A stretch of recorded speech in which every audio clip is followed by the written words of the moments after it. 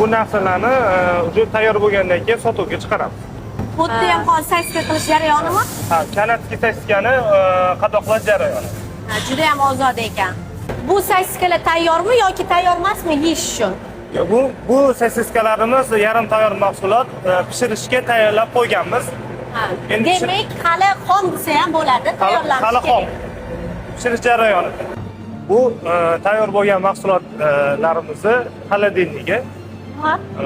Bu yerda +4 gradus. Bu yerda sosiska, varyonni, kopchoni kolbasalarimizni 300 xildan ortiq assortimenti bor. Bu gradusda turmasa mahsulotlarimiz aynib qoladi. O'zi упаковкамizga ham yozilgan. Sosiskalarimizni qadoqlangan holati, bo'ya so'raganingizda bu уже sotuvga tayyor holati.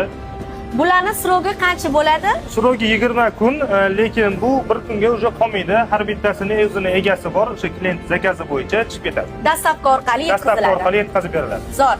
Bu оборудованиemiz termokamera. Bu yerda kolbasamizni quritib, dudlab, pishirib, tayyor mahsulotga aylantiradi. Voy, shu yerda chiqadimi kolbasalar? Tayyor bo'ladi. Ha.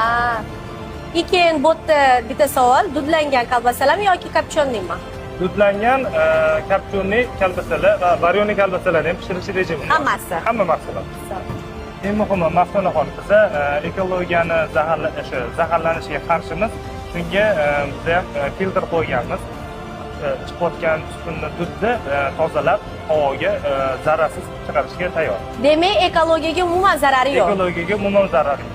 Mana Maftunaxon, o'zingiz ko'rdingiz ish jarayonimizni. Endi kolbasalarimizga ishonchingiz komil bo'ldimi?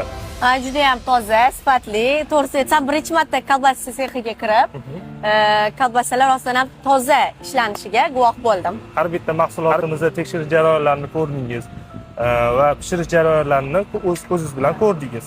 Haqiqatan ham gap yo'q. Bu kolbasalarni mazasiga ham alohida ta'rif berib o'tsa bo'ladi. Rahmat kattakon.